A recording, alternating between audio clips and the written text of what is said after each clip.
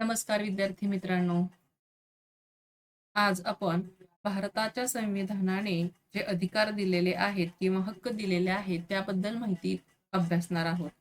Governance in India याच्यामध्ये बालकांचे हक्क म्हणजे जे विविध हक्क आपण अभ्यासत आहोत त्यामध्ये बालकांच्या हक्कांच्या बद्दल अधिक माहिती घेणार आहोत. पालक हे समाजातील सर्वात संवेदनशील घटक असल्याने त्यांच्या संरक्षणासाठी, शिक्षणासाठी आणि विकासासाठी विशेष तरतुदी करण्यात आलेल्या आहेत. बालकांचे हक्क हे केवळ कायद्याचे विषय नाहीत, तर समाजाच्या भविष्याची हमी सुद्धा आहेत आणि म्हणूनच बालकांचे हक्क अभ्यासणे हे आपलं महत्त्वाचं कर्तव्य आहे. त्याचबरोबर अभ्यासासाठी सुद्धा ते उपयुक्त आहे. बालकांचे हक्क हा सर्व प्रकारच्या स्पर्धा परीक्षांसाठी उपयुक्त असा घटक आहे. त्याच्यामध्ये आपण बालकांचे हक्क, त्याचे महत्त्व, उपयोग याबद्दल माहिती घेणार आहोत. बालकांचे हक्क, बालकांचे असणारे हक्क हे दोन गटामध्ये विभागता येतील. एक आहे घटनात्मक हक्क आणि दुसरा आहे कायद्याने प्राप्त झालेले हक्क. घटनेच्या विविध तरतुदीत दिलेले हक्क म्हणजे घटनात्मक हक्क होय. संसदेच्या व राज्य विधिमंडळाच्या विविध कायद्यात दिलेले हक्क म्हणजे कायदेशीर हक्क. तर बालकांचे हक्क असे दोन प्रकारचे आहेत. एक आहेत घटनात्मक हक्क आणि दुसरे आहे ते म्हणजे कायदेशीर हक्क. आता या हक्क म्हणजे उपयोग काय आहे या हक्कांचा, तर प्रत्येक बालकाला मोफत आणि सक्तीचे शिक्षण दिलं पाहिजे. बालकांना वेठबिगारी व धोकादायक कामांपासून संरक्षण दिलं पाहिजे. बालविवाह प्रतिबंधक अधिनियम म्हणजे लहान वयात विवाह रोखण्यात आले पाहिजेत. बालकांच्या संरक्षणासाठी विशेष न्यायालये उभारली पाहिजेत. तर अशा प्रकारचे जे काही विविध हक्क आहेत किंवा कायदे केलेले आहेत, तर त्याचा अभ्यास आपण इथं करणार आहोत.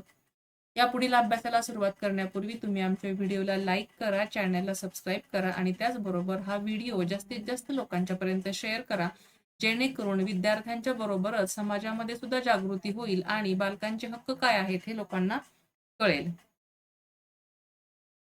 बालकांचे हक्क यामध्ये सुरुवातीला आपण अभ्यासणार आहोत घटनात्मक हक्क. तर बालकांना घटनेने दिलेले जे हक्क आहेत व संरक्षण आहे त्याबद्दल आपण इथं माहिती घेणार आहोत. राज्याला बालकांसाठी कोणत्याही विशेष तरतुदी करण्याचा अधिकार आहे.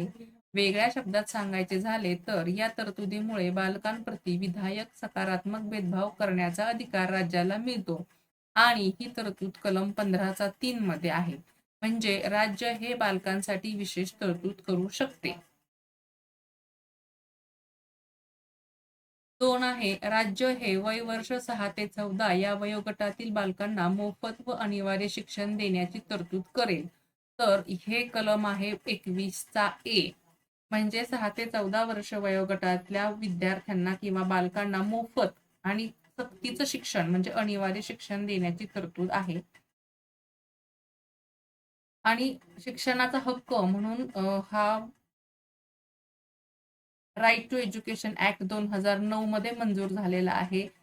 त्यालाच शिक्षणाचा हक्क असं म्हणतात. तर प्रत्येक बालकाला मोफत आणि सक्तीचं शिक्षण घेणं गरजेचंच आहे किंवा देण्याची तरतूद कलम 21(a) मध्ये आहे. अवैध मानवी व्यापार व वेठबिगार यांना मनाई केलेली आहे. कलम आहे 23(1). म्हणजे वेठबिगारीपासून आणि धोकादायक कामांपासून संरक्षण या कलमान्वये दिलेलं आहे. म्हणजे बालकांना वेठबिगारी किंवा धोकादायक काम किंवा मानवी व्यापार, जिथं लहान मुलांची तस्करी केली जाते किंवा मुलं पळवून नेऊन त्यांना जबरदस्तीनं कामाला लावलं जातं, तर अशा प्रकारच्या घटनांवरती किंवा गोष्टी घडू नयेत त्यासाठी कलम आहे 23(1). 14 वर्ष खालील कोणत्याही बालकाला कोणत्याही कारखान्यात, खाणीत किंवा इतर कोणत्याही धोकादायक कामाच्या ठिकाणी कामावर ठेवता येणार नाही. ही तरतूद आहे कलम 24 प्रमाणे. म्हणजे 14 वर्षाच्या आतील बालक कारखान्यामध्ये, खाणीमध्ये किंवा कोणत्याच ठिकाणी ते काम करू शकत नाहीत. म्हणजेच वेठबिगार किंवा बालकामगार प्रतिबंध कायदा. कोवळ्या वयाचा दुरुपयोग करून घेण्यात येऊ नये व आर्थिक गरजा किंवा आर्थिक गरजेपोटी त्यांचे वय किंवा ताकद ग्रास न पेलणाऱ्या व्यवसायात शिरणे त्यांना भाग पडू नये असे राज्य सुनिश्चित करते. कलम आहे 39(3). म्हणजेच लहानपणी कोणत्याही आर्थिक गरजेपोटी किंवा इतर काही गरजा असतील त्या पूर्ण करण्यासाठी त्यांना न पेलणाऱ्या म्हणजे न झेपणाऱ्या कामामध्ये त्याच्या वयाचा दुरुपयोग करून काम करायला भाग पाडू नये आणि त्यासाठी कलम आहे 39(3). बालकांना निरोगी पद्धतीने आणि मुक्त व सन्मानपूर्वक परिस्थितीमध्ये विकासाच्या संधी व सोयी मिळतील, तसेच शोषण आणि नैतिक व भौतिक अधःपतनापासून बाल व तारुण्य यांना संरक्षण मिळेल असे राज्य सुनिश्चित करेल, कलम आहे 39(F). वयाच्या 6 वर्षापर्यंत सर्व बालकांची काळजी घेण्यासाठी व त्यांना शिक्षण देण्यासाठी राज्य सर्वतोपरी प्रयत्न करेल, कलम आहे 45. म्हणजे 6 वर्षापर्यंत सर्व बालकांची काळजी घेण्याची जबाबदारी ही राज्याची राहील, त्यांना शिक्षण देण्याची जबाबदारी राज्याची राहील, त्याचं कलम आहे कलम 45. वय वर्ष 6 ते 14 या वयोगटातील बालकांना किंवा पाल्यांना शिक्षणाची संधी देणे हे सर्व आई वडिलांचे आणि पालकांचे कर्तव्य आहे, कलम आहे 51(a)(k). आता हे आपण बघितले घटनात्मक हक्क. कायदेशीर हक्क काय आहेत ते आपण अभ्यासूयात. बालकांचे हक्क व बालकांचे संरक्षण यासाठी विविध कायद्यामध्ये तरतुदी आहेत आणि त्या आहेत खालीलप्रमाणे. 1. बालकांचा निशुल्क व अनिवार्य शिक्षणाचा हक्क अधिनियम 2009 अनुसार वय वर्ष 6 ते 14 या वयोगटातील सर्व बालकांना नजीकच्या परिसरातील शाळेत निशुल्क व अनिवार्य प्राथमिक शिक्षण मिळण्याचा हक्क आहे. हा त्यांचा कायदेशीर हक्क आहे 2009 नुसार, म्हणजे राईट टू एज्युकेशन ऍक्ट 2009. प्रत्येक बालकाला मोफत आणि सक्तीचं शिक्षण दिलं गेलं पाहिजे.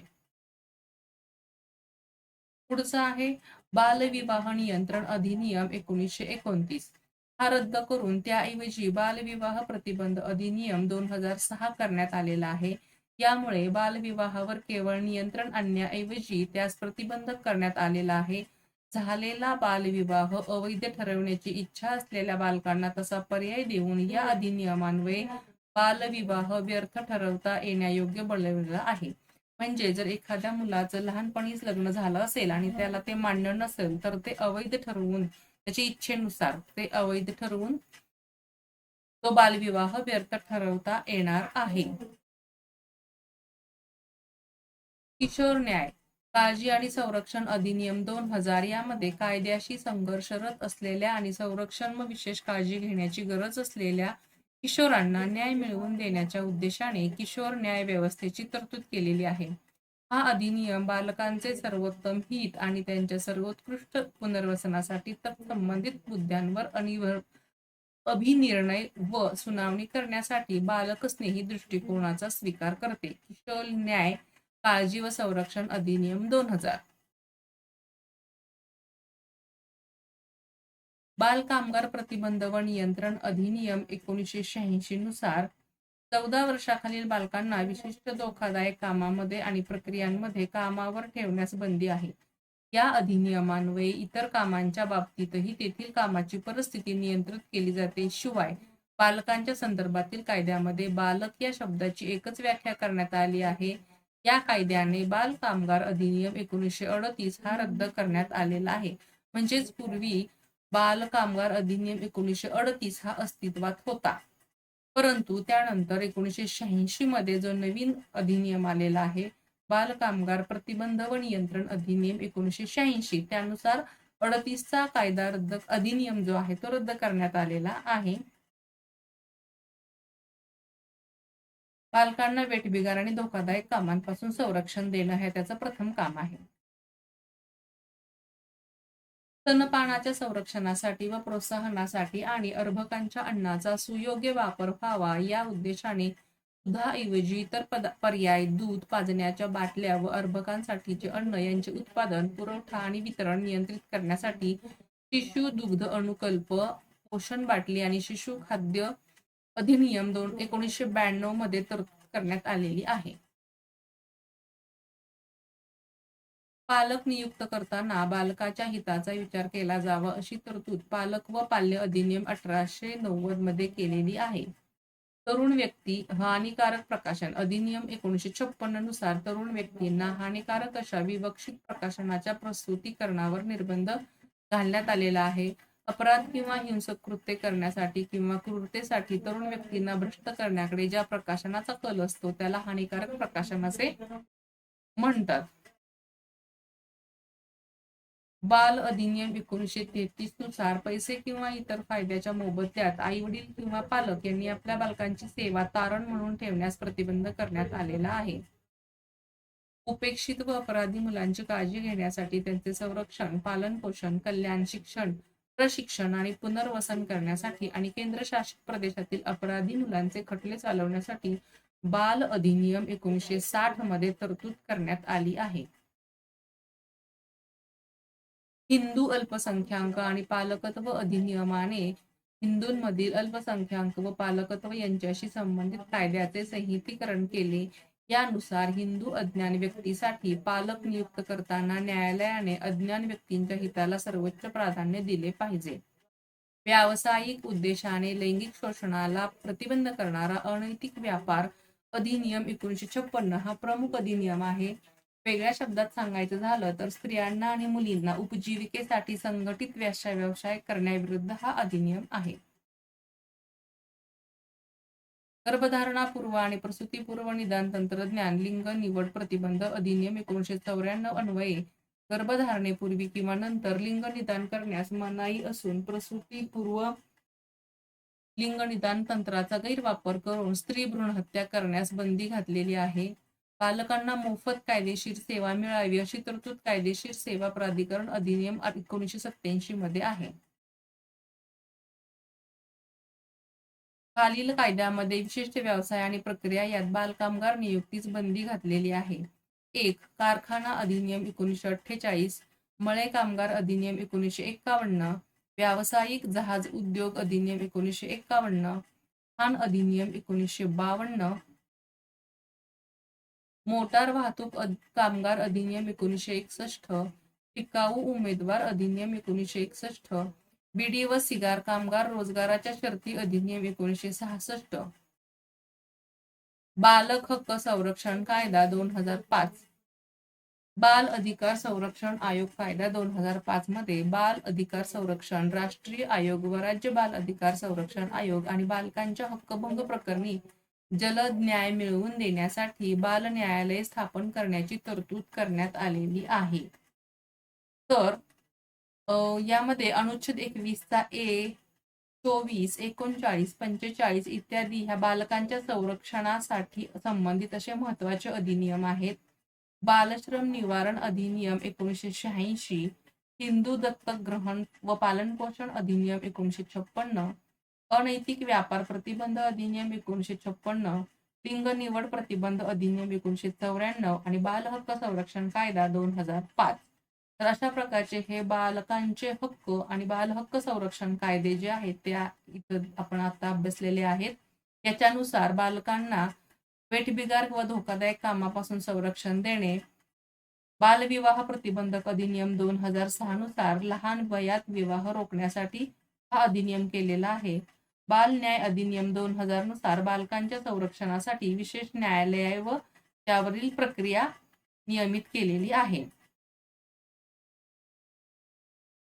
बालकांचे लैंगिक अत्याचारापासून संरक्षण अधिनियम 2012 मध्ये लैंगिक हल्ला, लैंगिक छळ आणि अश्लील साहित्य अशा गुन्ह्यापासून बालकांचे संरक्षण करण्याची तरतूद आहे. अशा अपराधांच्या खटल्यासाठी विशेष न्यायालयाची स्थापना करण्याची तरतूदही या कायद्यामध्ये केलेली आहे.